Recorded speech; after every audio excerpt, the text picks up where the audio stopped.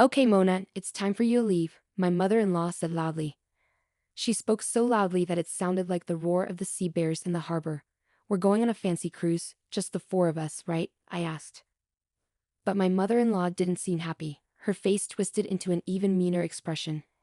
Did you really think someone like you, who can't even keep a house clean, could come with us on this cruise? How audacious of you. Take this money, Clark. A useless daughter-in-law like her doesn't need to have fun. You can't possibly enjoy a vacation at our level. You're too foolish to even understand that. I didn't argue back against her harsh words. In my everyday life, I was used to being treated poorly with no one to support me. I had already given up hope. My mother-in-law laughed rudely and boarded the ship in a cheerful mood for vacation. My father-in-law and husband didn't say anything either. I looked at the three of them quietly, and as the ship sailed away, I waved and shouted goodbye. Best of luck to you. My mother-in-law started yelling back at me, but I ignored her. You're about to go on a trip I've planned for you, she said. Well, it's the best trip for me, at least.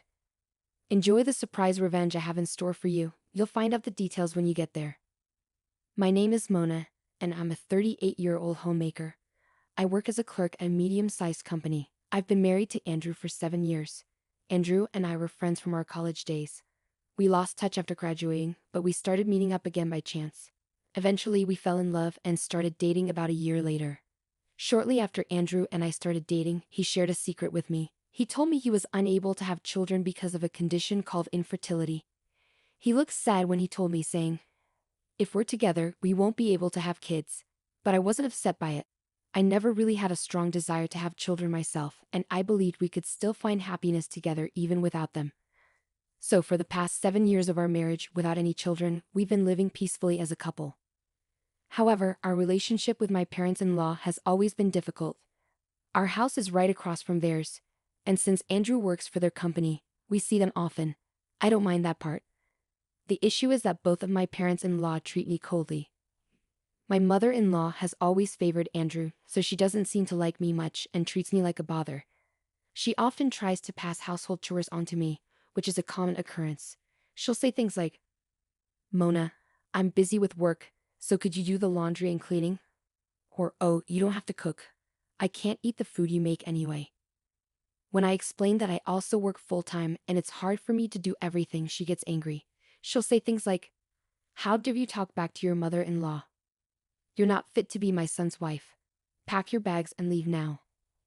On top of that, my father-in-law is also set in his old-fashioned ways. He often says things like, "Mona, when are you going to stop working? You're getting older, so you should have a child soon." Or he'll criticize my education, saying, "What kind of schooling did you even get?"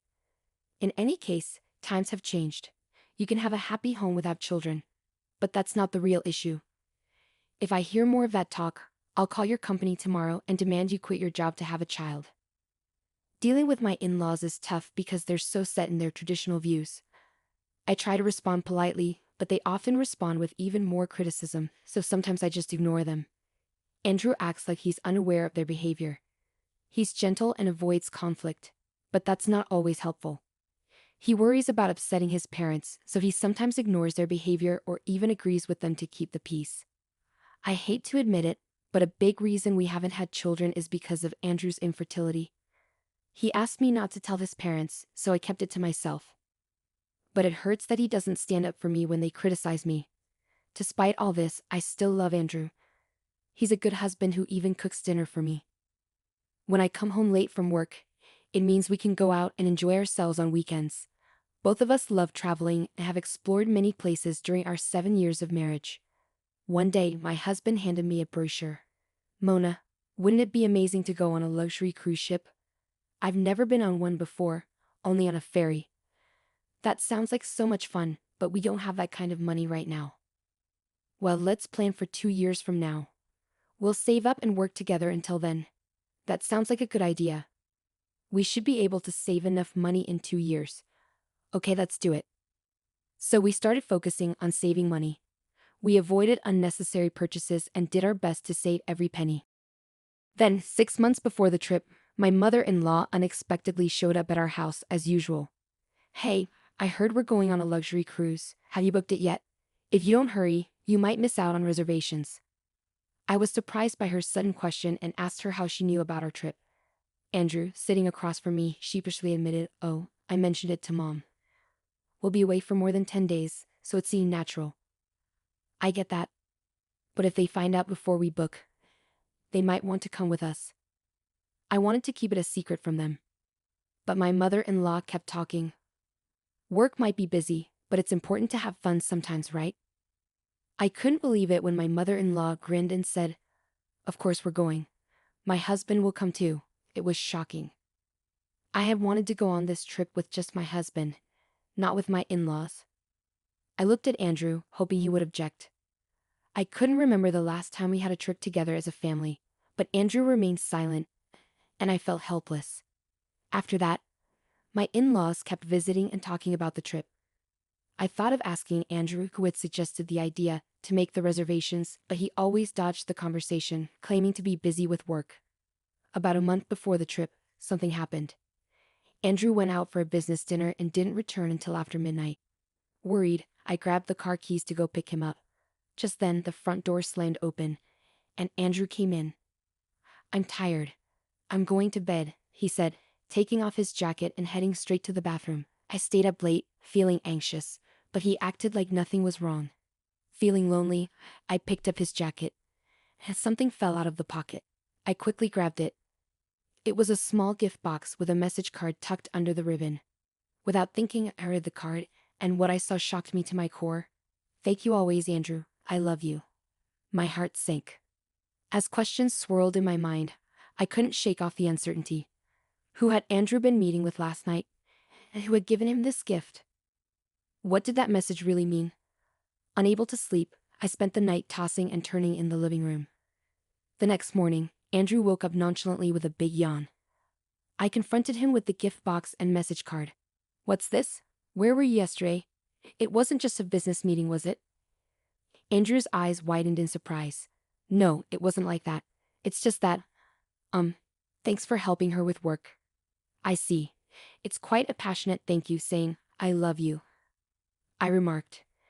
Andrew began stammering and repeating himself, trying to explain. "No, it's not like that. It's just..." Feeling frustrated with the situation, I decided to leave and go to work. Despite feeling uneasy, I managed to focus and finish my tasks by lunchtime. When I checked my phone, I saw numerous missed calls from my in-laws. Feeling annoyed, I hesitantly answered when my mother-in-law called again. "Hey, Mona. I heard you suspect Andrew of cheating on you. Our child would never do such a thing, you know. Even if he did, that's just a man's instinct." Excuse me," my mother-in-law said forcefully before my father-in-law took the phone. "That's right. If anything, it's your fault for doing something to make him cheat on you in the first place. Andrew only cheats because you don't have children and are always working. When you get home, make sure you apologize to my son. Got it?" My father-in-law said, spewing accusations before abruptly hanging up the phone. I'd had enough. My in-laws were painting me as the villain, and my husband, who didn't defend me, even sided with them. After enduring it all for so long, I finally decided to put my plan into action. Then came the day of our departure for the luxurious cruise. My in-laws and Andrew happily got into the car, ready for the trip. I would drive separately to the port and join them there. Inside, I felt a thrill of excitement. "It's going to be a fantastic trip," I said, holding back a laugh as I drove towards the port. But when we arrived, I was surprised to find the port quiet and deserted. I unloaded everyone's luggage and made my way towards the pier, breathing in the scent of the sea. Andrew seemed carefree and playful. Then, just as I was about to board, my mother-in-law approached me with a big smile on her face. "Thanks for booking the trip, Mona. We'll see you in 2 weeks. Don't forget to pick us up." Confused, I asked, "What do you mean? Aren't we all going on this trip together?" My mother-in-law sneered and made a nasty face. "Oh, a daughter-in-law is just a stranger to us. Don't you understand? As long as you pay up, we're fine." I stayed silent. Meanwhile, my father-in-law and husband were happily browsing through travel magazines. Andrew noticed my expression, shrugged, and shamelessly remarked, "Seems like it's true. By the way, I haven't seen any luxury cruise ship around. Where is it?" My mother-in-law looked around suspiciously, noticing the lack of other passengers. "Did you get the right location, Mona?" Don't worry, just enjoy yourselves from here, I said as I watched them board the boat. Is this really the right ship? My father-in-law muttered, eyeing the small boat in front of him. It's just a smaller boat to transfer you to the luxury cruise ship. It's a safety precaution, I reassured them. Don't worry, get on board quickly. I urged them onto the small boat with their luggage. Take care, I called to the boatman as they set off. Goodbye. Best of luck to you. With a big smile, I waved goodbye to them. I thought I heard my mother-in-law shouting something, but I ignored it. Once they disappeared from view, I gathered my things and headed back to the car, hoping for a fun trip ahead. Later, when I returned home, I gathered all the belongings I had before getting married, clothes, appliances, and furniture, and placed them in one spot. Just as I finished, my phone rang. It was my mother-in-law. How dare you trick us? There's no luxury cruise ship. Where are we? She shouted. Her frantic tone amused me, and I couldn't help but laugh. After a moment, I decided to respond to her question. There never was a luxury cruise ship. I knew you'd try to leave me behind, so I didn't book anything. Do you really think you could get away with this? Where are we? I could call the police, my father-in-law's voice chimed in. The police? That's a bit much. Don't you think? I simply brought you to your wife's hometown. Did you get a chance to see Aunt Mel? I replied. Once again, my mother-in-law shouted. What are you talking about? Aunt Mel, your older sister Mel. I spoke to her, and she suggested bringing you all there. She'll likely take good care of you, I clarified. Aunt Mel, who was like a mother figure to my mother-in-law, had a strong stance against dishonesty. Despite only meeting her a few times at family gatherings, we had always gotten along well. So, I decided to open up to her and share everything I had been going through with my in-laws and husband. As I had expected, Aunt Mel was furious but immediately offered her support. I'll come pick you guys up soon, she said, ending the call. Shortly afterward, I moved to a new apartment closer to my workplace, which made my daily commute much easier. During the move, I collected evidence of my husband's infidelity. He had been careless, leaving behind plenty of proof. By the time I had settled into my new place, I had gathered enough evidence to support my divorce case. With the help of a lawyer, we successfully finalized the divorce. I also sought compensation for the emotional damage caused by the affair. The lawyer who met with my ex-husband, Andrew, reported that he looked devastated and exhausted. Meanwhile, Aunt Mel, a well-known sports instructor in the local community, had been keeping my in-laws and Andrew extremely busy from morning till night. They were now living a life as demanding as the one they had imposed on me. Aunt Mel mentioned that if they genuinely repented, they could be released from their duties. However, my in-laws' family business had practically gone bankrupt, and they had nowhere else to turn. But their struggles were no longer my concern. I simply hoped to never have to see them again. On a brighter note, I've recently met a kind and understanding man who accepts me, including my divorce and all that led up to it. Once his work becomes less hectic, we plan to get married.